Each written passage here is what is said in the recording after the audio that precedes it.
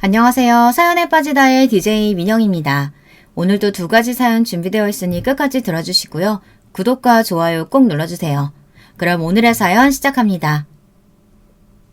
안녕하세요. 저는 경기도 모처에 사는 주부입니다. 처음 사연에 빠지다 채널을 유튜브에서 찾고 나서 이렇게 재미있는 사연이 다 있나 생각하면서 항상 듣고 살았습니다. 그리고 같이 공감하면서 울고 웃고 이상한 시어머니와 남편은 시원하게 욕도 하면서 이 채널의 팬이 되어버렸어요. 그러다 제가 주인공이 되어 이 사연에 빠지다에 직접 글을 올리게 될 줄은 꿈에도 몰랐네요. 사람이 살다 보면 여러 가지 나쁜 일을 겪게 되는 일이 생기기 마련이에요. 하지만 저는 요즘이 제일 그런 생각이 많이 듭니다. 왜냐하면 친정아버지가 병을 앓다가 최근에 돌아가셨고 그때 공교롭게도 참 어처구니 없는 일을 겪어서 남편과 이혼하게 되었거든요.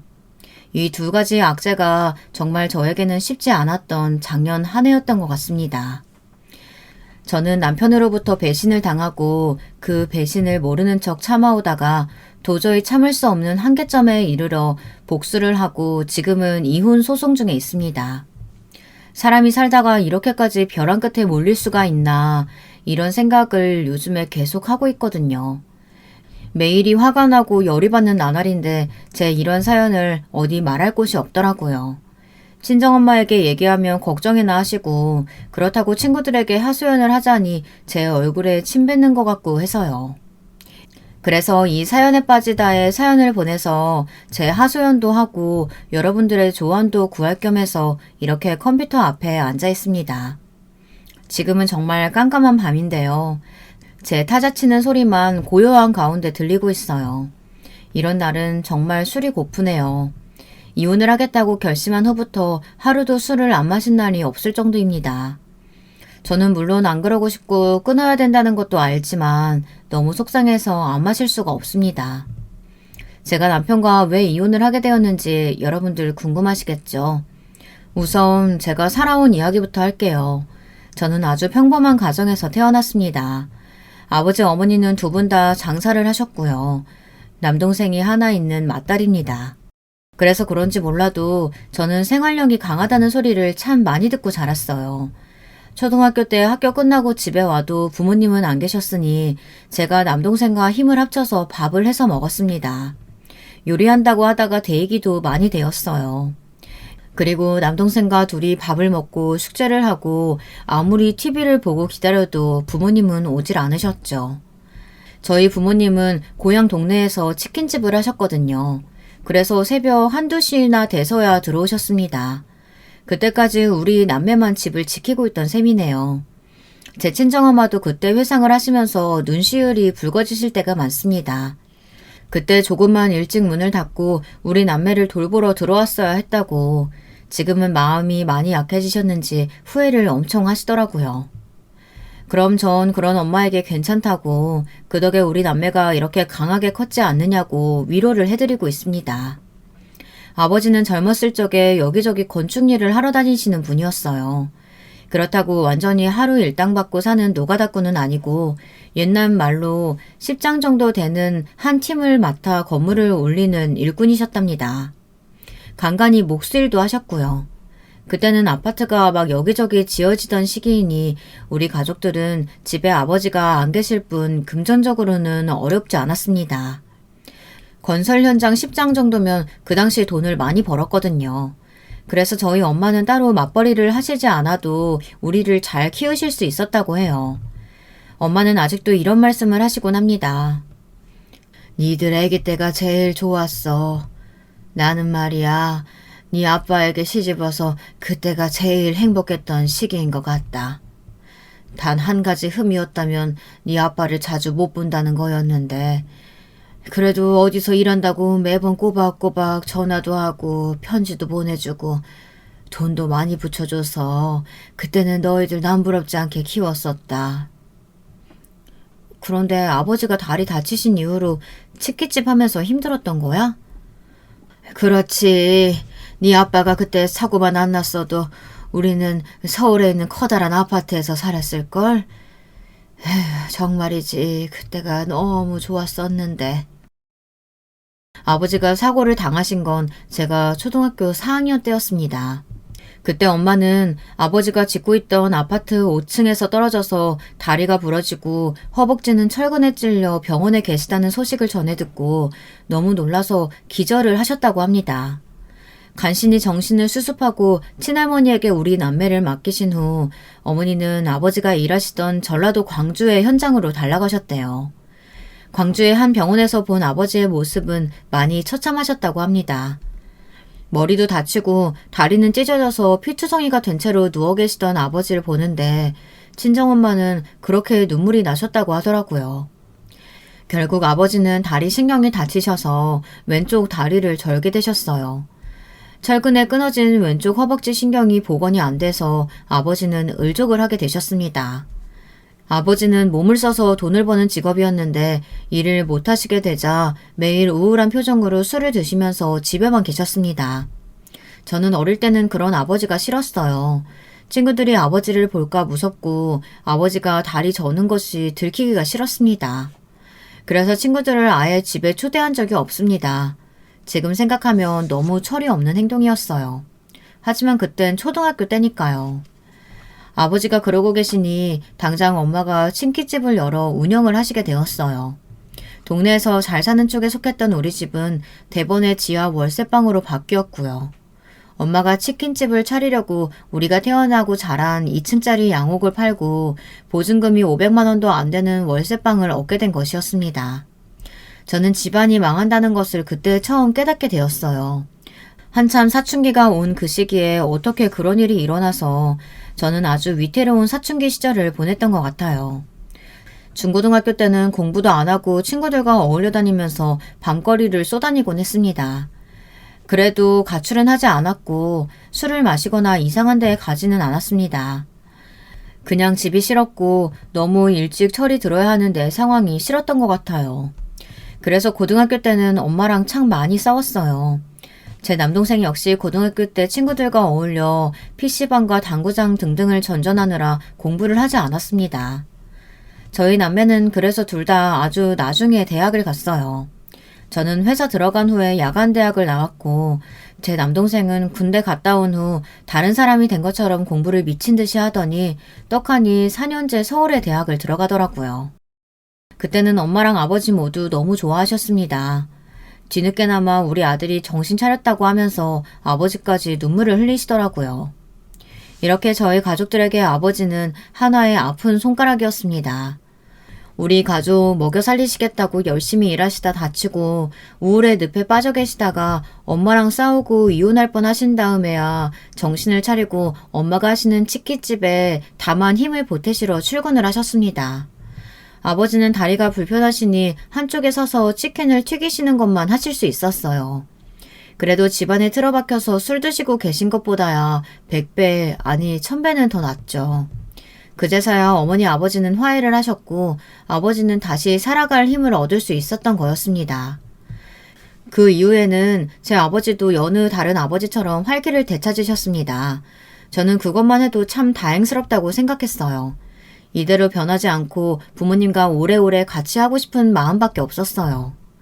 그런데 작년에 제 친정아버지가 돌아가셨거든요. 암으로 돌아가셨는데 폐암이었습니다. 아버지는 담배를 좀 오래 피우셨어요. 그러다 60대 후반쯤에 끊으셨는데 그것도 폐암 진단을 받으시고 난 후 억지로 끊게 되신 거였습니다. 그전부터 저도 우리 친정엄마도 아버지께 담배 좀 끊으시라고 그렇게 잔소리를 해댔지만 좀처럼 쉽지 않으셨나 봅니다. 60대 후반에 담배를 끊고 폐암도 항암 치료를 하시며 잘 지내고 계셨어요. 그때는 초기였나 2기였나 했었는데 수술을 했고 완치가 된 줄 알았거든요. 그런데 아버지도 모르는 사이에 다른 쪽 폐에 전이가 되신 거였습니다. 그걸 모른 채로 계속 치킨집 일을 하고 계셨으니 아버지가 그 기름 타는 데서 나오는 재랑 미세먼지를 얼마나 많이 마셨겠습니까? 후드를 틀어놓는다고 해도 까만 담뱃찜보다 더한 기름때가 후드에 묻는 걸 보면서 그것들이 다 아버지 폐로 들어갔겠구나 생각하면 눈물이 나더라고요. 아버지는 그렇게 다른 쪽 폐로 전이된 것도 모른 채로 암이 완치되었다고 믿으시고 건강검진을 소홀히 하신 거였습니다. 자영업자들도 다들 아시겠지만 솔직히 장사 잘 되는 데서 일하는 분들은 화장실 갈 시간도 없잖아요. 그러니까 어머니도 아버지도 본인들 건강이 슬슬 갉아먹히고 있는 줄도 깨닫지 못하신 것 같습니다. 다시 본론으로 돌아와서 아버지가 정신 차리고 치킨집 일을 하시기 시작한 건 제가 초등학교 졸업 후 중학교에 들어갈 무렵이었어요. 그러니 만 3년을 아버지는 집에서 술로 세월을 보내신 거죠. 아버지가 술 마시고 난동 부리시고 하시는 성격은 아니었지만 매일 폐인처럼 지내셨던 게 저는 정말 보기가 싫었다고 어른이 된 후에 말씀드렸죠. 그랬더니 나중에 아버지가 매우 미안해 하시더군요. 그때는 정말 우울증 말기 정도는 되는 것 같았다고 말이죠. 살아있으면 뭐하나 다리가 이 지경이 됐는데 이런 생각에 사로잡혀서 밤낮으로 힘드셨다고 합니다.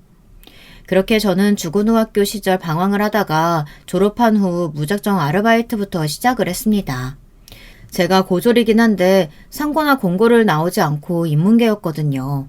그래서 다른 친구들은 다들 대학이 목표였는데 저는 목표를 잃고 방황했던 것이죠. 그러다 보니 저는 제대로 된 회사에 취직하기가 하늘의 별 따기더라고요. 저는 사회에 나와서 처음으로 좌절을 맛보았습니다.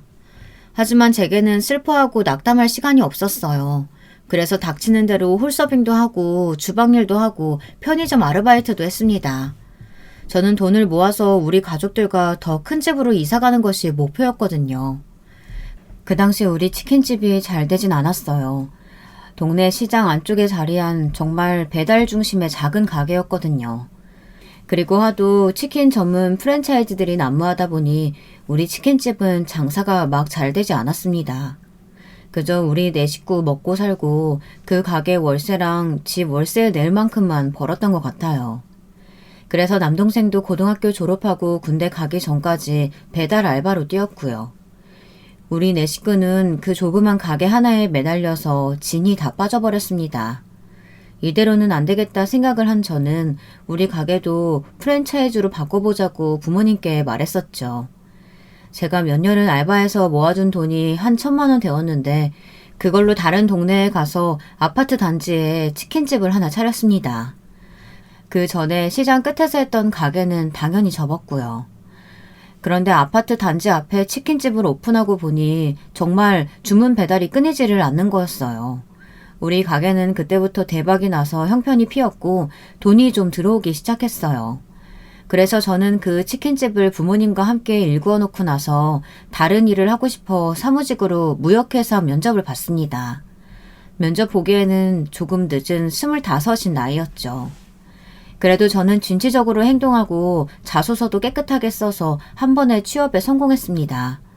무역회사에서 격리 일을 했는데 처음에는 제가 격리가 되기엔 컴퓨터에 관한 자격증도 없고 상고를 나오지도 않았다는 이유로 같이 일하는 언니들이 저를 좀 왕따 비슷하게 돌려서 그것 때문에 스트레스를 좀 받았던 기억이 있네요.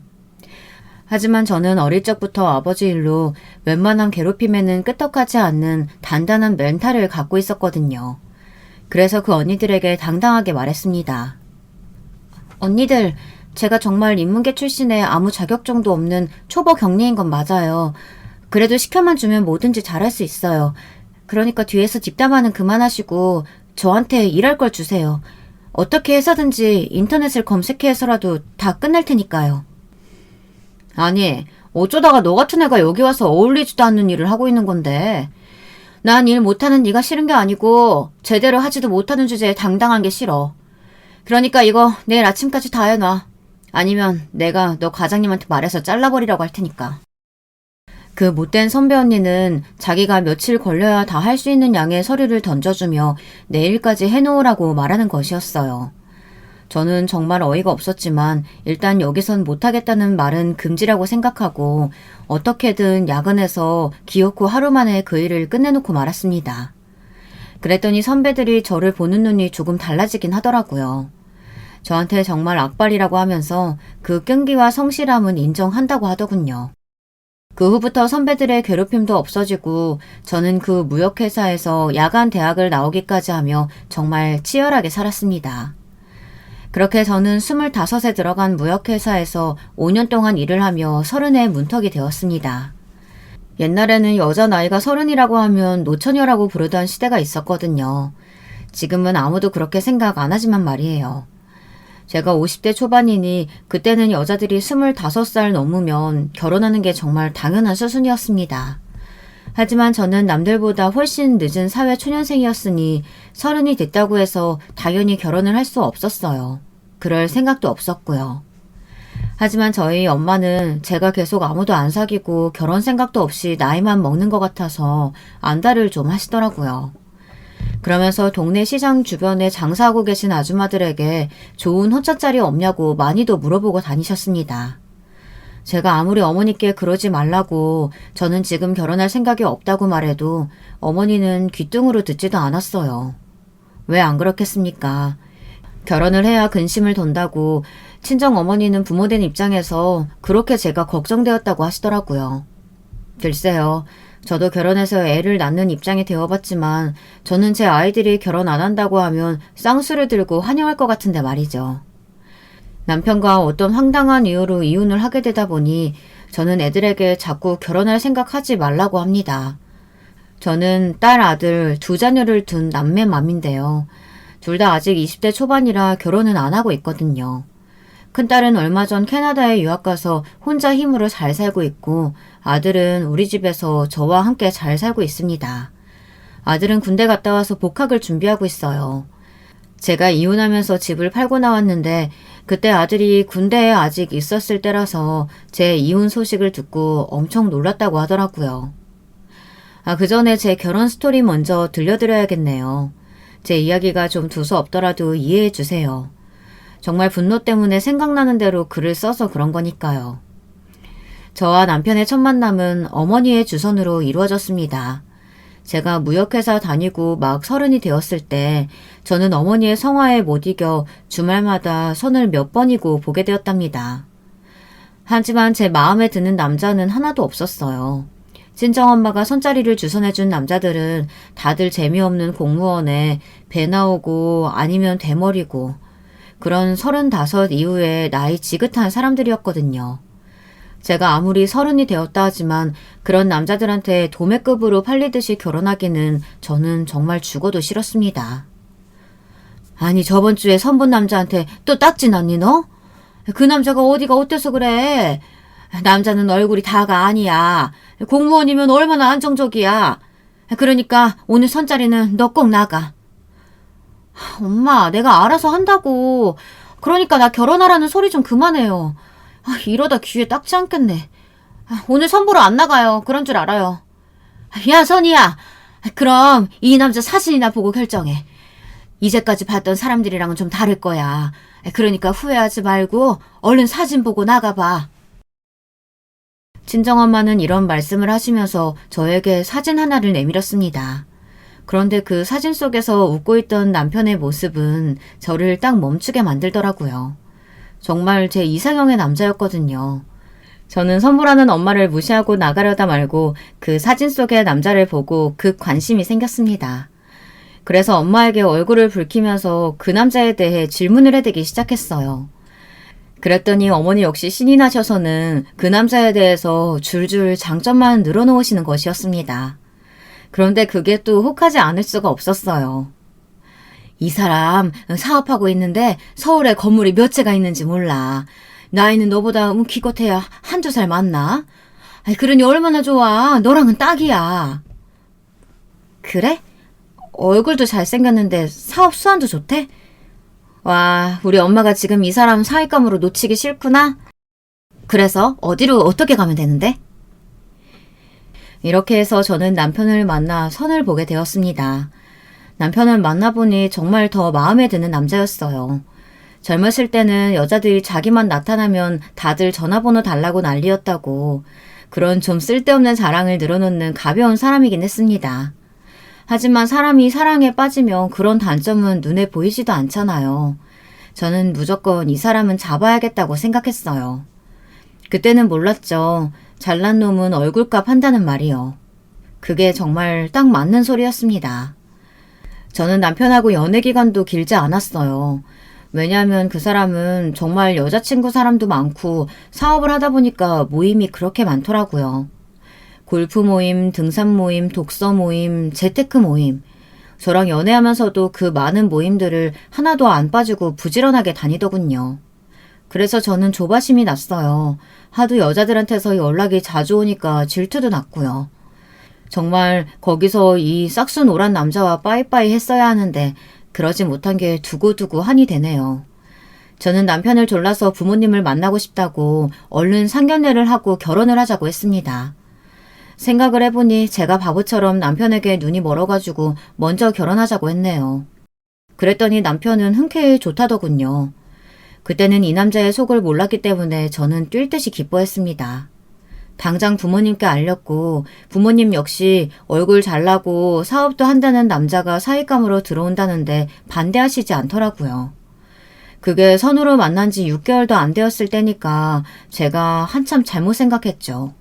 적어도 1년은 사귀어보고 결혼을 결심했어야 하는데 말입니다. 상견례도 무사히 지나가나 했는데 그날 저는 시어머니에게 한 가지 남편에 대한 자랑을 들었어요. 그런데 그게 그냥 자랑 같지가 않은 거예요. 그냥 넘기기에는 너무 황당한 이야기였어요. 상견례 자리에서 글쎄 우리 시어머니는 남편이 사귀었던 예전 여자친구 얘기를 꺼내며 그 전 여친과 저를 비교하시는 것이었습니다. 시어머니도 눈치가 좀 많이 없으시긴 했죠. 아유, 우리 아들이 아직 선 봐서 결혼할 나이는 아닌데 얘 그 애 있잖니, 그 미국 유학 갔다 온 네 여자친구. 걔랑은 왜 헤어진 거니? 엄마는 그 애 마음에 들었는데 말이야. 아유, 아깝게 헤어져가지고. 엄마, 여기서 지금 걔 얘기가 왜 나와요? 조용히 좀 하세요. 남편은 허둥지둥 자기 엄마의 입을 막으며 머쓱하게 웃었어요. 시어머니도 참 주책 맞으시죠. 상견례 자리에서 왜 그런 말씀을 꺼내시는 건지 저는 도대체가 그 의도를 몰랐어요. 친정 부모님들 역시 놀라서 입을 딱 다물고 표정이 굳으셨습니다. 그랬더니 남편이 급하게 손을 흔들면서 말하는 거였어요. 아, 장인어른 장모님 오해하지 마세요. 제 어머니가 말씀하신 그 여자는 정말 정리 다 했고 완전히 헤어진 사람이니까요. 저 지금은 선의밖에 안 보여요. 그러니까 걱정 딱 붙들어 매두세요. 아이 그래. 당신은 왜 쓸데없는 얘기를 해가지고. 지금 결혼하는 새아기가 중요하지 전 여자친구가 뭐가 중요해? 아니 내 말은 그런 똑똑하고 잘난 여자 놔두고 선의를 며느리로 맞아야 하나 뭐 그런 말이었던 거야. 어머 신경 쓰지 마세요. 제가 말실수를 했나 봐요. 여러분 이게 말실수라고 생각하시나요? 저는 그렇게 생각이 안 들더라고요. 시어머니는 은근히 제가 야간대학 나왔다는 걸 깔보고 무시하신 게 틀림없습니다. 남편은 나중에 저한테 어머니가 실수하신 거라고 어머니가 한 말은 마음에 두지 말라고 했죠. 그리고 그때는 심각하게 생각하지 않았어요. 하지만 그때라도 잘 알아보고 이 결혼을 하기 전에 파토를 냈어야 한다고 생각합니다. 그랬다면 지금 이 사태는 일어나지조차 않았을 테니까요. 아니나 다를까 결혼을 하자마자 남편은 밖으로 도는 것을 멈추지 않았어요. 저는 속이 썩어 들어갔지만 친정 부모님께 말을 할 수가 없었습니다. 남편은 정말 철저하게 우리 부모님 앞에서는 선한 사위의 연기를 척척 해내던 사람이었거든요. 사업하는 사람이다 보니 말발도 좋고 사람을 홀리는 화술에 정말 능한 사람이었어요. 그래서 우리 친정부모님 역시 이번 사태가 일어나기 전에는 남편이 바람 피우는 천하의 인간 말종 같은 놈인 줄 전혀 모르고 계셨죠. 제가 남편이 바람난 것 같다고 하면 제 친정엄마는 믿지를 않으셨습니다. 그래서 남편이 바람을 피운 것을 알게 되었어도 저는 어디다 하소연할 데도 없었어요. 여러분들 생각해보세요. 친정 부모까지 제 편이 아니고 남편에 서서 그런 남자 없다. 너한테 얼마나 잘해주냐. 이런 답답한 소리들을 하시는데 거기다 대고 제가 무슨 말을 더 하겠습니까? 그런데 말이죠. 남자들은 같이 살아봐야 그 속을 안다는 말이 딱 맞더라고요. 연애할 때 보이지 않던 남편의 단점들이 하나 둘씩 드러나면서 저는 이 인간에게 정말 실망을 하고 기대하는 것이 전혀 없어지더라고요. 그건 제가 우리 딸을 낳으면서부터 시작된 거니 벌써 20년이 넘은 일이네요. 제가 임신이 좀 쉽게 되었거든요. 허니문 갔다 오자마자 임신 사실을 알게 되었습니다. 주위 사람들은 그렇게 서로 사랑해서 임신이 쉽게 되었나 보다 하면서 제 임신을 축하해 주었어요. 하지만 남편만은 그렇게 좋아하는 표정이 아니었어요. 왜 그래? 우리 애기 가진 거 당신은 기쁘지 않아?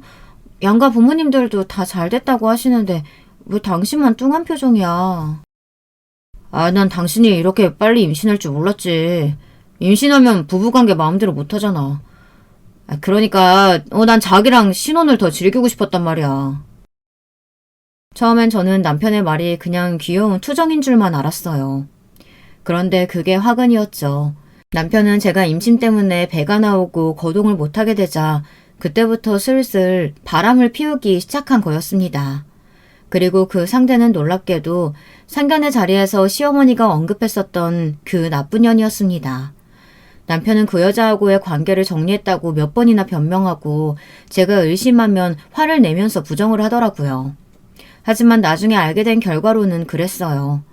남편은 결혼 전에 만나던 그 여자와 정리도 하지 않고 저와 그냥 결혼을 해버렸던 거였습니다. 여러분, 이 사실이 믿어지시나요?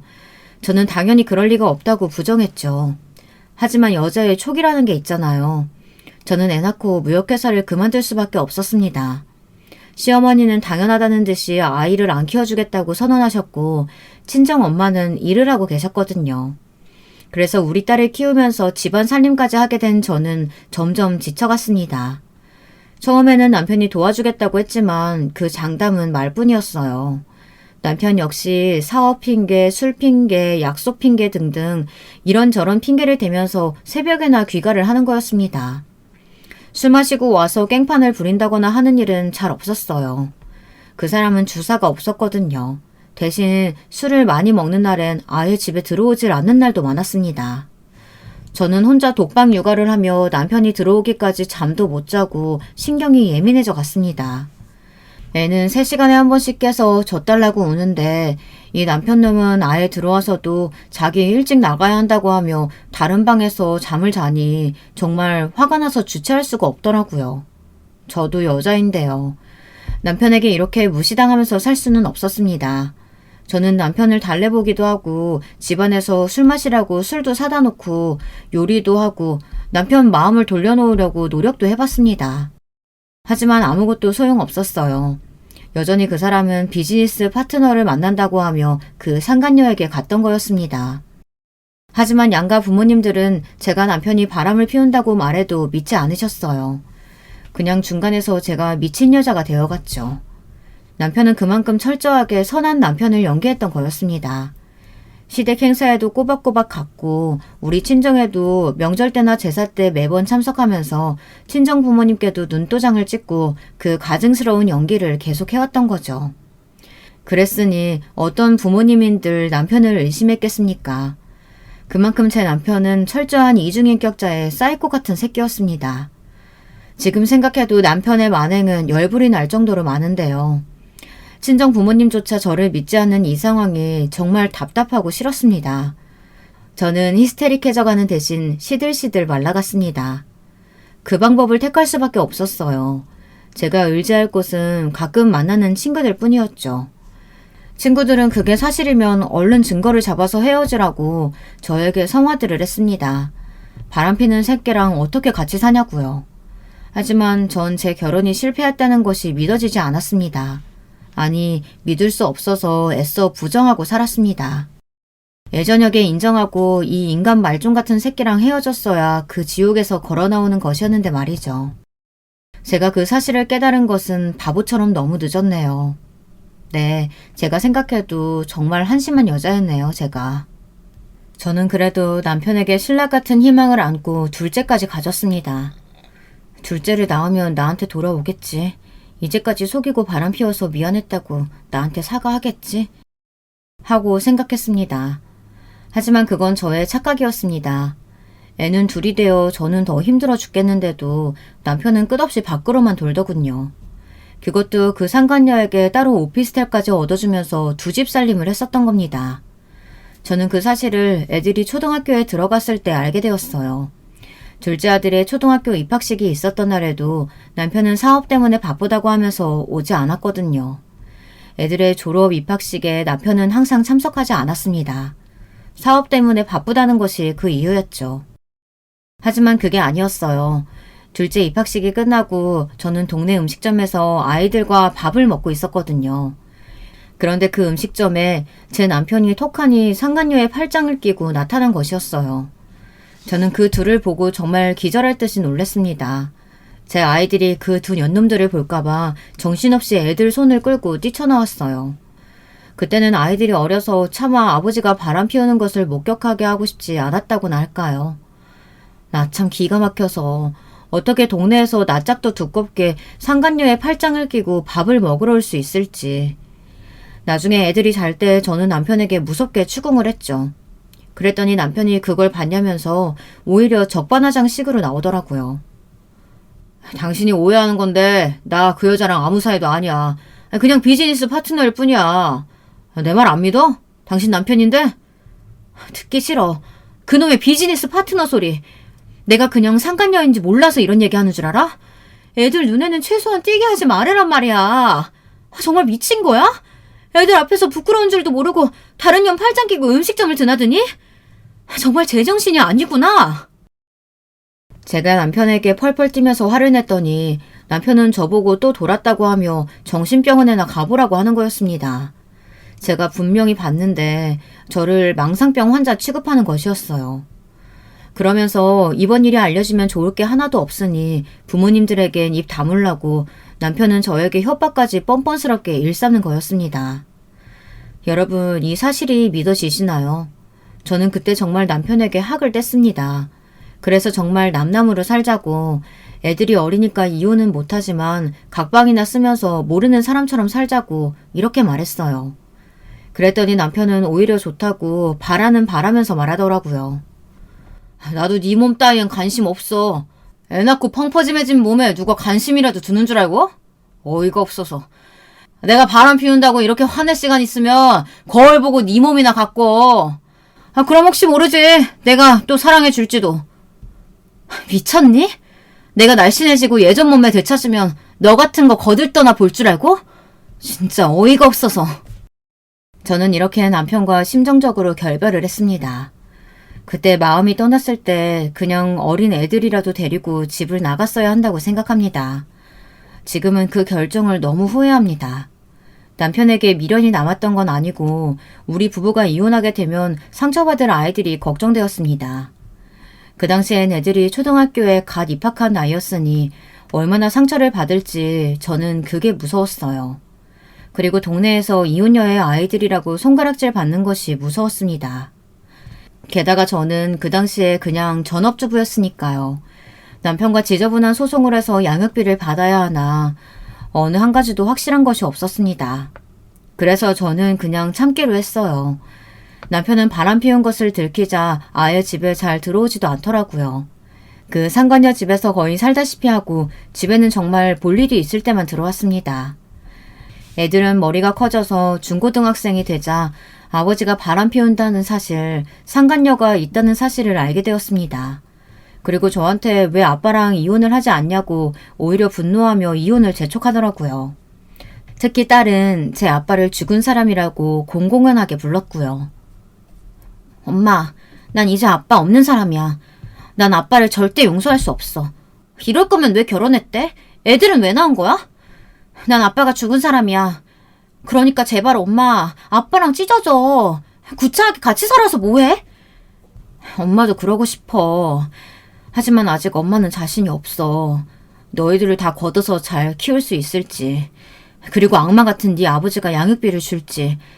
엄마는 그런 게 걱정이야. 두렵고. 때가 되면 네 아빠랑 이혼할 거야. 지금은 그때가 아니야. 딸도 그런 말을 하며 치가 떨리도록 제 아버지를 싫어했지만 아들은 더 엇나갔습니다. 저는 특히 아들 때문에 너무 속이 상했어요. 아버지는 아들의 거울이잖아요. 그런데 아버지는 집에 있질 않으니 아들이 보고 배울 것이 하나도 없었습니다. 게다가 어쩌다 남편이 술 취해서 집에 들어오면 아들은 아버지를 밀치고 나가라는 소리를 지르니 이제는 남편도 아들이 무서운 모양인지 점점 더 집에 안 들어오게 되더라고요. 아들은 아버지를 마치 한 하늘을 이고 살 수 없는 적인 것처럼 증오하고 그 증오심을 숨기지도 않았습니다. 그래도 저는 애들 아버지니 남편이 너무 미워도 애들에게는 그러면 안 된다고 꾸짖었습니다. 아빠가 잘못하고 있는 건 맞지만 너희를 낳아준 분이야. 그러니 폭력으로 대항은 하지 마. 엄마는 자존심도 없어? 왜 이러고 살아? 내가 우리 집안 가장 될게. 그러니까 엄마, 제발 저 인간한테 굴복하지 마, 어? 엄마가 불쌍해 죽겠어. 그러니까 엄마도 정신 차려야 돼. 아들이 고등학교 때 남편이 집에 들어왔다가 아들에게 쫓겨난 후 저와 아들이 대화했던 내용이에요. 사실 제 아들은 아버지에게 더한 욕도 했었지만 지면을 빌려 순화했을 거예요. 아들은 그 말을 한 후부터 새벽에 신문 배달, 우유 배달 등을 하며 제가 갖고 있던 노트북이며 값 나가는 물건들도 팔면서 돈을 벌기에 혈안이 되었습니다. 저는 아들이 본분인 공부에만 열중하기를 바랬는데 아들은 못난 제 남편 때문에 너무나 철이 일찍 들어버렸어요. 남편은 집에 안 들어오는 대신 생활비는 꼬박꼬박 주긴 했어요. 그렇지만 사업이 조금씩 기울어가면서 그 돈은 점점 줄어들었습니다. 처음에는 200만 원을 줬지만 점점 150만 원, 100만 원, 생활비는 이렇게 줄어들어 갔습니다. 저는 그때마다 남편에게 전화해서 소리를 지르고 따졌어요. 하지만 남편은 애들 학원비며 먹고 살 돈은 매년 늘어나는데도 이리저리 핑계를 대며 제 전화를 피했습니다. 저는 돈이 걸리자 진짜 미칠 것 같더라고요. 당장 남편이 의심되기 시작했어요. 사업이 기울어지는 건 핑계고 양육비를 주기 싫어서 저러는 건지 의심이 되더라고요. 그렇게 남편과 저는 10년이 넘게 허울뿐인 부부로 살았습니다. 여러분들은 진작에 그런 인간 말종과 이혼하지 그랬냐고 저를 답답해 하시는 분들이 많으실 것으로 생각됩니다. 하지만 저는 남편의 사랑보다 경제적 안정을 택했던 것 뿐입니다. 사실 애들만 데리고 집을 나가게 되면 남편은 한 푼도 위자료를 안 줄 것처럼 저를 협박했었거든요. 그래서 쉽게 이혼 도장을 찍지 못한 것이었습니다. 게다가 남편은 상간녀가 있다는 사실을 양가 부모님에게 비밀로 하라고 했어요. 만약 알린다면 정말 돈 한 푼 없이 쫓겨날 줄 알라고 뻔뻔스럽게 저를 협박했습니다. 애들 양육권도 소송해서 빼앗을 것이고 저는 힘없고 경제적 능력도 없는 주부이니 그냥 알거지로 나가야 한다고 말을 하더군요. 그때는 정말 그 말을 바보처럼 믿었어요. 저도 어리석었죠. 좀 더 변호사를 사서 알아보기도 했어야 하는데 말이에요. 결혼한 후 20년을 전업주부로 지내다 보니 제가 가진 돈이 없잖아요. 다 남편 이름으로 카드로 쓰고 살았고 제 이름으로는 전에 쓰던 월급 통장 하나가 전부였는데 제가 어떻게 쉽게 그런 마음을 먹겠습니까? 그렇게 저는 이를 악물고 그 인간과 파탄난 결혼 생활을 꾸역꾸역 해나갔어요. 남편은 철저하게 무시하고 저랑 애들만 신경 쓰고 살았죠. 남편은 어차피 그 상간녀 집에서 숙식을 거의 해결하고 정말 그녀와 사실혼 관계로 지냈으니 말이죠. 저는 남편이 집에 들어오던 말던 신경도 쓰지 않았고요. 그렇게 10년을 소닥 보듯이 하고 지냈습니다. 하지만 남편의 사업은 점점 기울어가는 것이 사실이었나 봐요. 어느 날 남편은 제가 결혼했을 때 가져온 회물들을 옷장에서 훔쳐다가 팔아버리기도 했어요. 금목걸이 세트, 다이아몬드 세트, 그리고 결혼 반지까지도 싹 다 팔아버렸습니다. 정말 미친놈이 따로 없었어요. 제가 처음엔 남편을 추궁하면서 다시 내놓으라고 펄쩍 뛰었지만 남편놈은 이런 소리를 하더라고요. 내 사업이 잘 돼야 당신이 그렇게 노래 부르는 생활비랑 애들 학원비 받을 수 있는 거야. 그걸 생각해. 그까지 목걸이 반지 세트 따위야. 돈 들어오면 얼마든지 다시 찾아오면 되지. 내가 더럽고 치사해서 말 안 하려고 했는데 진짜 당신 뻔뻔하다. 어떻게 내가 결혼할 때 갖고 온 폐물까지 네 맘대로 다 처분해? 얼른 그 돈 다시 내놔. 다시 다 돌려놓으라고. 이렇게 저에게는 하루하루가 지옥 같았습니다. 남편이 없으면 평온했고 어쩌다 들어오면 그날은 대판 싸우는 날이었어요. 이렇게 살다가 저는 친정아버지의 암 선고를 보호자로서 듣게 된 것인데요. 어느 날 친정아버지는 치킨집에서 일을 하시다 호흡부전으로 쓰러지셨습니다. 그래서 엄마가 저에게 급하게 전화를 하셨습니다. 아버지가 쓰러지셨다고요. 엄마의 전화를 받고 저는 정말 정신없이 아버지가 계시다는 응급실로 달려갔죠. 병원 응급실에서 만난 아버지는 알 수 없는 기계랑 호스를 주렁주렁 달고 누워 계셨습니다. 아버지의 마르고 초라한 모습에 저는 저절로 눈물이 나오더라고요. 의사 선생님은 친정아빠가 폐암이라고 하시더군요. 그때 아버지의 연세는 70세가 좀 넘으신 연세였어요. 저는 아버지가 언제 돌아가실지 불안했고 아버지가 돌아가시면 어머니는 얼마나 충격을 받으실까 그것만이 걱정되었습니다. 그래서 엄마에게는 암이 아니라고 아버지는 폐렴이라고 이야기를 했어요. 어머니도 제 거짓말을 듣고 한시름 놓았다면서 다시 일하러 치킨집을 가셨습니다. 저는 생계를 꾸려가야 하는 어머니 대신에 병든 아버지를 간병해야 했습니다. 오직 사실을 아는 사람은 저뿐이었고요. 아무한테도 말하지 못한 채 저는 아버지가 피를 토할 때마다 닦아드리고 밥도 먹여드렸어요. 하지만 아버지는 하루가 멀다 하고 빠르게 상태가 나빠지셨습니다. 애들도 밤낮없이 간병을 하는 저를 걱정하며 둘 다 할아버지를 돌보겠다고 했는데요. 그래도 공부해야 할 나이의 애들에게 할아버지를 간병하게 할 수는 없었어요. 그나마 두 번째 전이가 되신 후에는 3달만 힘들어하시다가 돌아가셨어요. 그리고 아버지는 초기였을 때 폐암 수술을 하신 후 혹시 전이가 된 경우에는 연명치료를 하지 말라고 유언을 남기셨거든요. 그래서 저는 병원 중환자실이 아닌 일반 병실에서 아버지를 보내드리게 되었습니다. 아버지는 돌아가셨고 친정엄마는 나중에야 아버지가 폐암이 전이되어서 온몸에 퍼지신 걸 알게 되셨습니다. 어머니는 그 일로 저에게 너무나도 원망을 하시더라고요. 저는 어머니가 충격을 받으실 일만 생각하고 숨기는 게 좋다고 판단했는데 엄마는 그런 것보다는 제대로 사실을 알리는 것이 훨씬 나았었다고 저에게 서운함을 표시하더라고요. 그랬으면 엄마도 제대로 아버지와 이별할 마음의 준비를 했을 거라고 말이죠. 그렇게 우리 가족들은 모두 슬픔에 잠겨 있는데 아무리 상간녀가 좋아도 그렇지 그 남편이랑 인간은 친정아버지 장례식 때 오지도 않았습니다. 그러다 보니 친정엄마도 무슨 일이 있느냐고 하며 계속 사위의 부재를 저한테 캐물으시는 것이었습니다.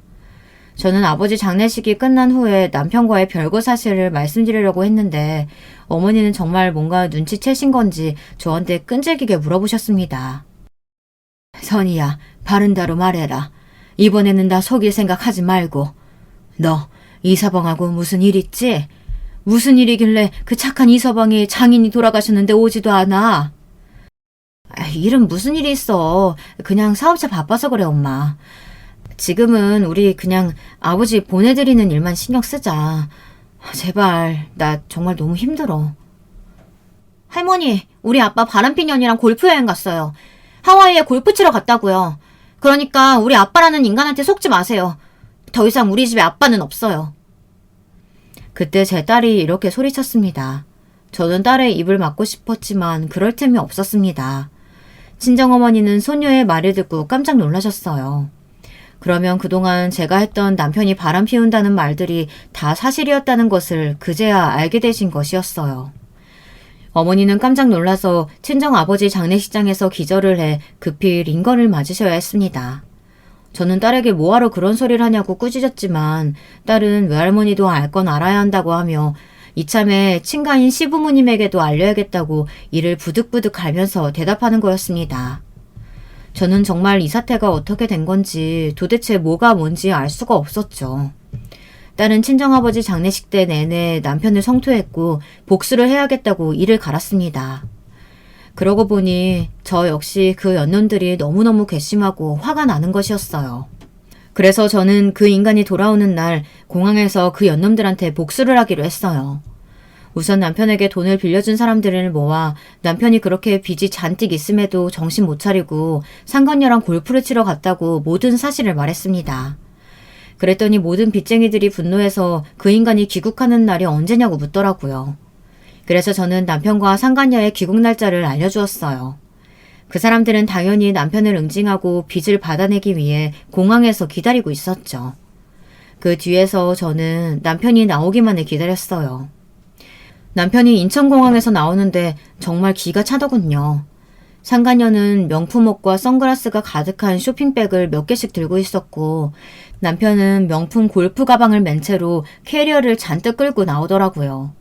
하지만 게이트 앞에는 잔뜩 화가 나 있는 빚쟁이들이 여러 명 기다리고 있었습니다. 그리고 남편은 사채까지 썼는지 건장한 덩치를 가진 남자들도 몇 명 눈에 띄더군요. 그 사람들은 남편을 보자마자 우르르 몰려가서 멱살을 잡고 남편을 발로 차고 쥐어패기 시작했어요. 상간녀의 쇼핑백 안에 든 면세점 물건들은 몽땅 빚쟁이들에게 뺏겼고요. 이 싸가지 없는 새끼! 내 돈 빌려가서 사업도 제대로 못하면서 뭐? 골프 여행을 떠나? 에라이 미친 새끼야. 너 오늘 내 손에 한번 죽어봐라. 남의 돈 이렇게 펑펑 쓰고 무사할 줄 알았냐? 이거 나요. 갚는다고 했잖아요. 근데 여기가 어디라고 몰려와. 나 경찰에 신고할 거야. 신고해 이 새끼야. 내 돈 받으려고 온 거니까 나는 당당해. 얼른 신고하라고. 채권자들은 모두 우르르 몰려들어 남편을 발가벗겼어요. 그도 그럴 것이 남편의 옷과 신발, 가방까지 모두 그 잘난 빚으로 산 것들이었으니까요. 남편은 그렇게 팬티바람으로 공항에 나앉게 되었습니다. 그 못된 상간녀년도 마찬가지로 속옷 차림으로 발가벗겨진 채 가방이며 옷이며 모든 걸 다 뺏겼어요.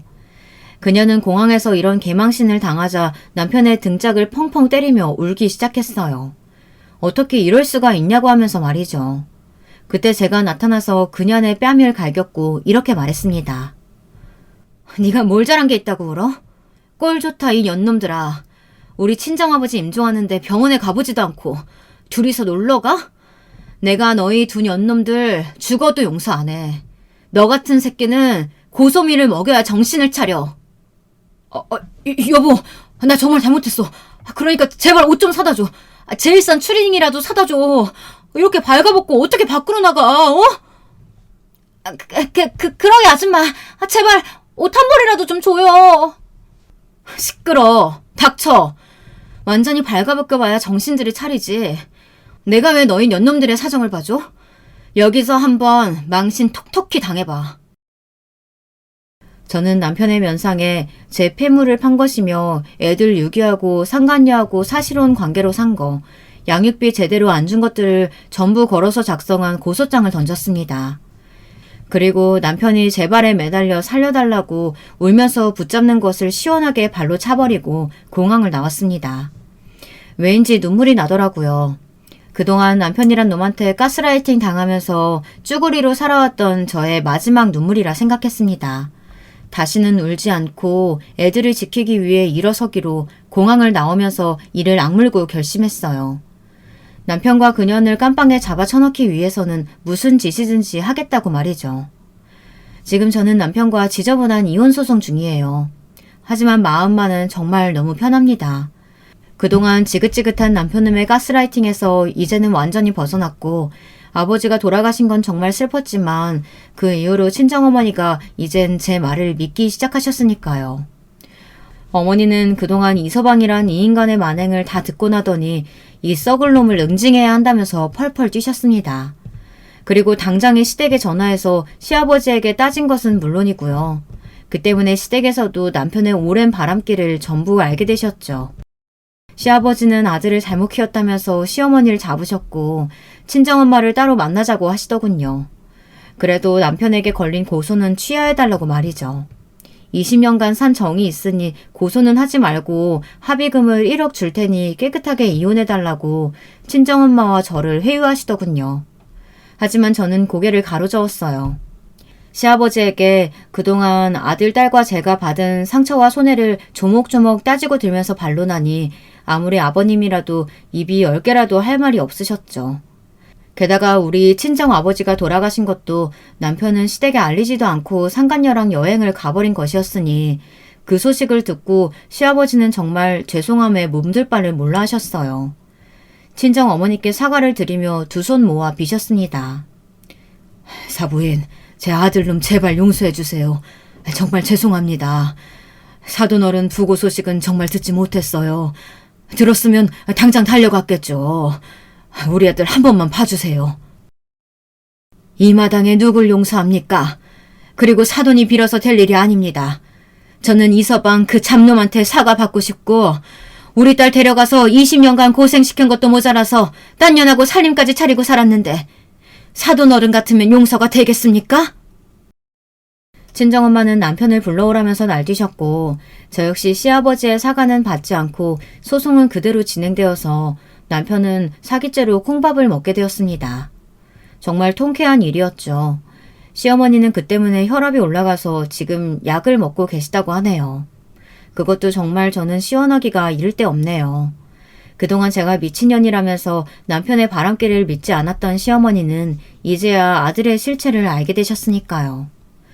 여러분, 제 이야기는 여기까지입니다. 제 미친 남편 이야기 어떠셨나요? 제 사연이 여러분들에게 사이다를 드렸다면 저는 만족합니다. 저는 마침 이 글을 쓰면서 후련한 기분이거든요. 여러분들 가정에 행운과 행복이 깃드시길 바랍니다. 긴 글 읽어주셔서 감사합니다. 여러분, 두 번째 사연 시작하기 전에 좋아요, 구독 꼭 눌러주실 거죠? 그럼 두 번째 사연 바로 시작합니다. 경기도 어딘가에서 살고 계신다는 30대 후반의 여성 사연자분께서 보내주신 이야기예요. 사연자분의 결혼 생활이 담겨 있다는 이번 이야기, 제가 지금 바로 소개해드릴게요. 안녕하세요. 저는 사연에 빠지다를 재미있게 시청하고 있는 사람이랍니다. 오후에 한 편씩 틀어놓는 게 어느새 저의 습관이 되었네요. 인생 선배님들의 사연을 접하다 보면 알게 모르게 얻어가는 점들이 있는 것 같아요. 저도 제 이야기를 나누고 싶어서 사연 신청합니다. 저는 결혼 전에 남편과 3년이란 기간을 연애했어요. 햇수로 4년이었던 만남의 기간이 결코 짧은 게 아니었기에 서로에 대한 믿음이나 애정이 깊다고 생각했죠. 만나던 기간 도중에 1년은 사정이 있어서 장거리 연애를 했었네요. 멀리 떨어져 있었기 때문에 자주 볼 순 없었지만 그럼에도 관계가 돈독한 것은 변함이 없었기에 오히려 장거리 연애 기간이 결혼으로의 발판이 되어주었어요. 멀리 떨어져 있어도 변치 않는 사랑이라면 결혼해서 부부가 되어도 너무 좋을 것 같았어요. 저는 친정 본가가 아주 먼 지방이에요. 대학을 서울 소재의 학교로 합격하면서 20살에 상경을 했고요. 지방에서는 상대적으로 취업의 폭이 좁아서 대학 졸업 후에 그대로 서울에 남았어요. 저는 그래서 계속 자취생이었고요. 그 생활을 하다가 남편을 만났죠. 저의 자취방에서 데이트도 자주 했었어요. 참고로 시댁은 위치가 서울과 아주 근접한 경기도고요. 그래서 남편은 회사는 서울이었지만 자기 본가에서 출퇴근하는 사람이었어요. 남편은 신입사원 시절에 회사에서 적응을 못하고 무척 힘들어했었고요. 마음 의지할 곳이 필요해서 연애를 하려던 중에 저를 만나게 된 것이었어요. 저는 그런 남편에게 힘이 되어줬죠. 또한 남편은 오래 혼자 자취 생활을 하면서 인이 박혀버린 저의 외로움을 달래주는 존재가 되었답니다. 그랬었기에 설마 결혼하고 나서 꽃길이 아니라 가시밭길이 펼쳐질 것이라곤 상상도 못했던 거예요. 아무리 세상이 확신할 수 있는 건 아무것도 없다지만 어떻게 평탄하고 신뢰가 가득했던 연애를 저와 3년 넘게 했던 사람과의 결혼 생활이 망쳐질 수 있었던 걸까요? 억울하고 황당할 지경이에요. 세상 사람들은 대체 결혼 생활을 무슨 수로 오래 이어가는 건지 나중엔 신기해지더군요. 우선 제가 간과하고 놓쳤다고 겸허하게 받아들이는 점이 한 가지 있어요. 그건 바로 결혼하기 전에 상대방 집에 꼭 가봐야 한다는 결혼 선배님들의 주옥 같은 충고를 저에게 적용하지 않았었단 점입니다. 제가 그걸 못 해봤어요. 시댁의 가풍이란 걸 몰랐죠. 연애하는 동안 굳이 제가 만나는 사람의 부모님과 안면 트고 지내는 불편한 행위를 하고 싶지 않았고, 그리고 또 그 시기에는 시댁이 바빴어요. 남편의 할머니, 그러니까 시어머니에겐 시어머니시죠? 그분이 저랑 남편이 연애하던 당시에 건강이 확 나빠지셔서 투병 생활을 하고 계셨고 끝내는 돌아가셨거든요. 그래서 시어머니께서 항상 시간과 여유가 없으셨던 걸로 알아요. 상황이 그렇지 않았다면 시어머니께서는 당신의 금쪽 같은 아들의 연애에 간섭을 하셨을 테지요. 어쨌든 이러저러한 사정으로 저는 시댁과 결혼 전에는 접점이 없었고요. 솔직히 결혼 전에 인사드리러 갔을 때 심상치 않다는 걸 느끼긴 했었습니다. 우리 아들을 채가다니 아주 대단하고 대범한 아가씨네. 아주 수지 맞았어. 목소리 자체는 나긋한 느낌인데 말투며 그 내용은 톡톡 쏘는 느낌이라서 제가 영문을 모르고 말려들었죠. 언뜻 그냥 생각 없이 들으면 별 말씀 안 하시는 것처럼 들렸거든요. 초장부터 아들 자랑을 하시는 것에 저는 애써 자식 사랑이 넘치시는 분이라고 합리화를 했었네요. 하지만 시어머니께서는 비단 당신의 아들을 추켜 세우는 것뿐만 아니라 저를 깎아내리고자 하셨던 거예요. 상견례 마치고 얼마 안 됐을 때였는데요. 저한테 왜 이렇게 가족들하고 살갑지 못하고 애교가 없냐면서 자기 친가족과 그럴 정도라면 결혼 후에 자기 남편과 시댁에는 얼마나 딱딱하게 굴지 걱정된다고 긴 한숨을 늘어놓으셨어요. 그런 말씀에 당최 어떻게 반응해야 할지 몰라서 저는 계속 어색하게 웃었던 것 같아요. 다시 말씀드리지만 시어머니께서 목소리는 사근사근 하시기 때문에 내용을 곱씹지 않으면 제 욕하시는 건지 아닌 건지 정말 헷갈렸거든요. 그래서 가만히 있었던 것도 있는데 시어머니께서는 그런 제가 만만하고 하찮게 느껴지셨나 봐요. 근데 어쩜 그렇게 발랑 까졌을까? 생긴 것만 보면 수수하니 재미도 멋대가리도 하나도 없을 것 같은데. 이래서 얌전한 고양이가 부뚜막에 올라간다는 건가 봐. 어떻게 우리 아들을 꼬여냈네? 우리 아들이 그간 외박할 때마다 만난 게 너잖아? 자기 사는 집으로 우리 아들을 수도 없이 불러들였다니. 쑥 맥인 우리 아들 정신 못 차리게 만든 게잖아. 아유, 아들 간수 못한 내가 잘못이지. 내가 돌아가신 시엄니 간호하는 것만 아니었어도, 그 마지막 시집살이의 끝만 아니었어도 내가 우리 아들 곁에 착 붙어서 발랑 까진 여자는 못 만나게 막았을 텐데.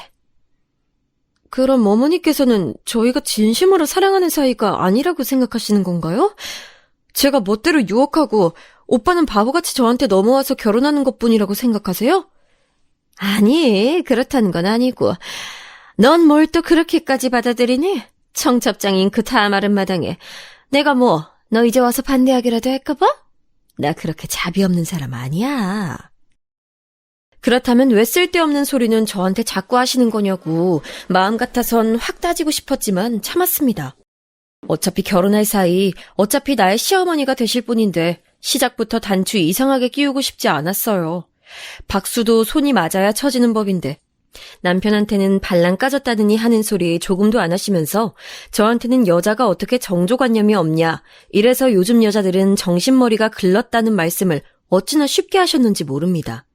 연애 기간 동안 대두된 적 한 번도 없었던 시어머니의 존재 때문에 저는 무척 혼란스러웠으나 어쨌거나 남편하고 둘이서 잘 지낸다면 다른 요소가 대수랴 싶었어요.